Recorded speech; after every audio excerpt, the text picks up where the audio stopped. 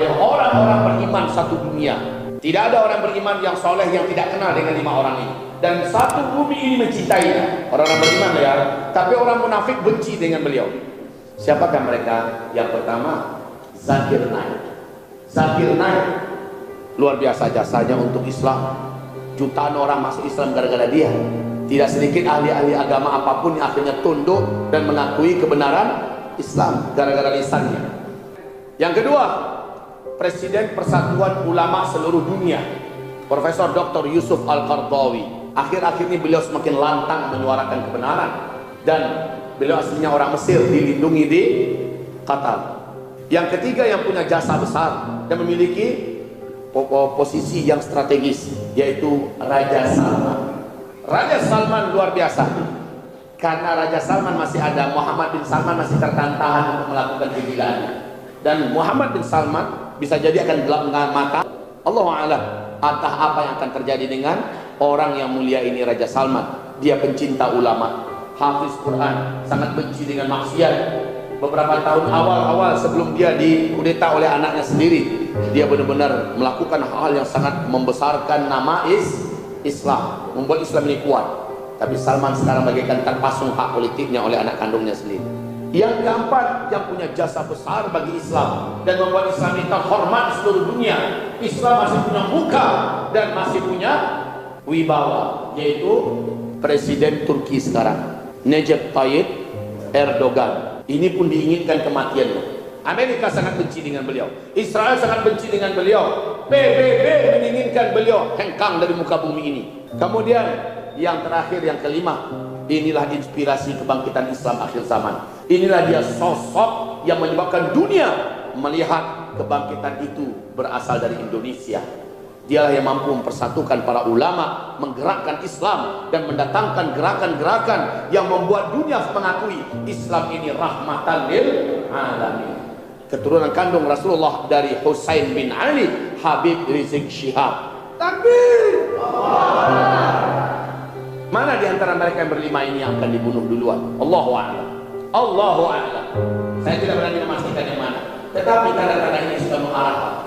Nah, kaum muslimin yang kami muliakan, Rasulullah bersabda sallallahu alaihi wasallam, Al-Mahdi muncul di tahun-tahun, coba lihat ini, tahun gempa-gempa, banjir, gunung-gunung meletus, ekonomi hancur, kemarau ekstrim melanda dunia, perang di mana-mana, dan pada tahun itu juga meteor menghantam bumi, ya. Dan pada tahun itulah nanti terjadi Dukhan Al-Mahdi, tahun yang sama. Gempa standarnya adalah Arab Saudi dulu. Kalau gempa Indonesia baru sekedar petunjuk, tapi gempa yang masuk Rasulullah adalah gempa di Arab Saudi. Kalau sekarang banjir-banjir sudah, badai ke badai sudah, ya, di Arab Saudi. Datangnya, dikepungnya Arab Saudi oleh belalang, oleh jangkrik, oleh itu sudah. Ke depan menunggu gempa-gempa saja lagi. Dan oh ya, satu lagi yang belum saya sebutkan di sini, yaitu perselisihan keluarga kerajaan. Sampai ketika mereka perang dan berbunuh-bunuhan sesama mereka, Al-Mahdi muncul, maka tidak seorang pun di antara mereka yang akan memimpin Mekah Madinah, karena Mekah Madinah akan kembali dipimpin oleh keturunan kandungku Al-Mahdi Rasulullah sallallahu alaihi wasallam. Beberapa pangeran di Arab Saudi sudah bersumpah, lihatlah oleh kalian, sebentar lagi Arab Saudi akan mengalami kudeta berdarah sesama keluarga kerajaan. Masya Allah. Kaum muslimin yang kami muliakan, saya sampaikan, umur berapa Al-Mahdi dibayar di depan Ka'bah? 40 tahun. Dan Rasul memberikan petunjuk kepada kita, Al-Mahdi akan lahir dengan tanda-tanda alam di Jazirah Arabia. Dia akan lahir pada tahun di mana bulan Ramadannya terjadi 2 kali gerhana. Satu bulan Ramadan terjadi 2 kali gerhana, dan itu di Jazirah Arabia. Dunia sudah menyaksikan kejadian ini dan tercatat dalam sejarah kita. Tahun 1981 terjadi 2 kali gerhana di Jazirah Arabia di bulan Ramadan. Semula ulama-ulama dan pengamat tentang hadis akhir zaman menganggap kebetulan. Allah pertegas di tahun depannya 1982 terjadi lagi 2 kali gerhana lagi dalam 1 bulan Ramadan. Maka yakinlah para ulama bahwa 1981 Al-Mahdi sudah lahir. Allahu Akbar. Macam mana Pak? Semua petunjuk di sini sudah lengkap, betul? Nah, baik hamba Allah kami muliakan. Seorang lelaki penuntut ilmu dari Madinah Al-Munawwarah me-WA saya Pak, me-WhatsApp saya.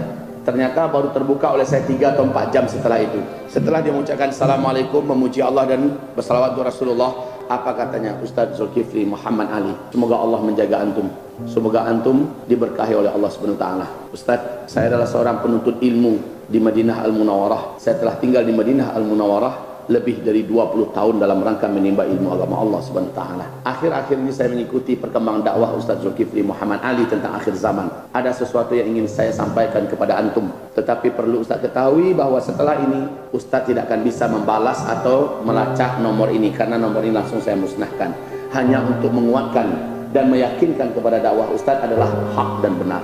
Ustaz, sosok cucu Rasulullah yang akan memimpin kita bersama benar-benar nyata dan telah hadir di masa kita, dan dia adalah sahabat saya dalam pendidikan di Madinah Al-Munawwarah. Ciri-ciri fisiknya lengkap pada dirinya, urutan nasabnya sampai kepada Hasan bin Ali. Wahai Ustaz, ini beliau me-WA saya 2015 Pak. Saat itu usia Al-Mahdi yang dikatakannya ini lebih kurang 35 tahun. Beliau berkata, Ustaz, dia mengajak saya untuk berangkat ke negeri Syam, membela kaum muslimin yang dizolimi dan ditindas di sana. Saya katakan, saya akan kembali ke Indonesia. Ladang dakwah dan jihad saya niatkan untuk Indonesia. Maka apa katanya? Jika demikian, katakanlah kepada umat Islam, umat Nabi Muhammad yang beriman di Indonesia, bahwa saya telah diberi petunjuk oleh Allah dengan mimpi yang benar. Bumi ini tidak lama lagi akan mengalami hantaman besar dari ruang angkasa. Saya melihat bumi menjadi gelap gulita segelap-gelapnya. Kemudian semua teknologi yang ada di muka bumi tidak ada satupun yang bisa berfungsi, dan manusia setelah itu seluruhnya serentak keadaannya. Seluruh orang kaya sama-sama seperti orang miskin menjadi miskin. Tidak ada lagi tersisa orang kaya, seluruhnya dalam keadaan menderita dan merana, semuanya miskin semua. Pada masa itu kata beliau, saya melihat orang-orang banyak yang berbunuh-bunuhan di mana-mana, pintu-pintu jihad terbuka, dekat lagi waktu kita. Terakhir saya katakan kepadanya, insya Allah pada saat itu engkaulah yang akan memimpin kami, karena ciri-ciri Al-Mahdi itu lengkap pada dirimu. Apa katanya? Mudah-mudahan bukan saya orangnya, mudah-mudahan kalian salah. Fulan bin Fulan lebih berhak daripada diri saya, Fulan bin Fulan lebih berhak lagi daripada diri saya. Semoga bukan saya. Saya hanya ingin syahid di Syam, saya hanya ingin syahid di Syam. Kemudian kami pun berpisah. Ini kata beliau, dan saya tidak tahu bagaimana perkembangan beliau saat ini. Begitu katanya. Ustaz, lanjutkan dakwahmu, istiqomahlah, semoga Allah membantumu. Demikian. Assalamualaikum warahmatullahi wabarakatuh. Habis itu baru saya baca. Terkejutlah saya membacanya. Kemudian saya coba memburunya dengan saya balas. Memang sudah tidak ada lagi nomor tersebut. Nah, kaum muslimin ala kulli hal, ini orang benar atau tidak, jujur atau tidak, saya tidak bisa memastikan. Hanya saja saya sudah membaca WhatsApp seperti itu.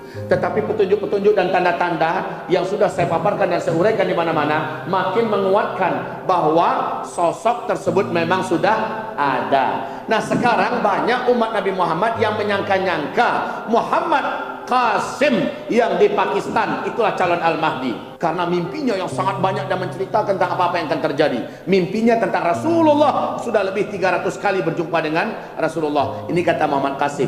Tapi saya sampai hari ini tidak yakin dan bahkan tidak percaya Muhammad Qasim yang lahir di Pakistan dialah yang akan menjadi Al-Mahdi kelak. Tidak percaya saya, Pak. Kenapa tidak percaya? Kata Nabi lahirnya di Madinah, ini Pakistan. Tapi dia tidak berjenggot. Imam Mahdi mengatakan dia terus rambutnya hitam. Sementara kata Rasulullah rambutnya pirang.